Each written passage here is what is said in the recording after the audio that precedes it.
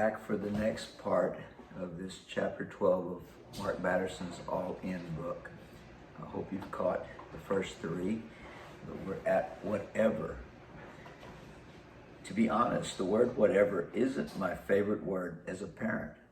Probably isn't yours either if you're a parent or a leader of any kind. It's often a dismissive word that can have disrespectful undertones, but I think it's redeemable. God can redeem it. In fact, it's one of my one-word prayers to God. When used in a submissive way, the word whatever is a statement of absolute surrender. Think of Gethsemane, the garden where Jesus himself wrestled with the will of God.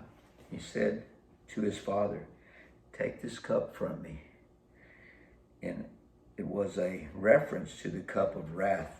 Jesus knew he'd have to drink it to the dregs. But before he did, he asked the Father if he would take it away, if there was any way. But then he qualified his request with the ultimate all-in prayer. Not my will, but yours be done. Not my will, but yours be done. This was Jesus' all-in moment. This was his whatever prayer. There are two whatever verses in Scripture. Both start with the small, all-inclusive phrase, whatever you do.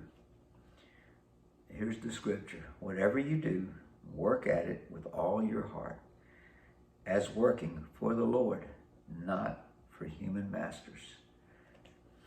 The phrase with all your heart means with extra energy, with bonus points. It means everything. It means giving everything you've got, 100%. It literally means doing something like your life depended on it. The issue is not what you are doing. The real issue is why you do it, how you do it, and who you do it for. Ultimately, I hope you love what you do and do what you love. Find a job that you would want to do, even if you didn't get paid to do it. But I know that isn't the reality at every stage of life. Sometimes you need to just have a job, even if you don't like it. But you can still glorify God by doing a good job at a bad job. And at least you have a job, so be grateful.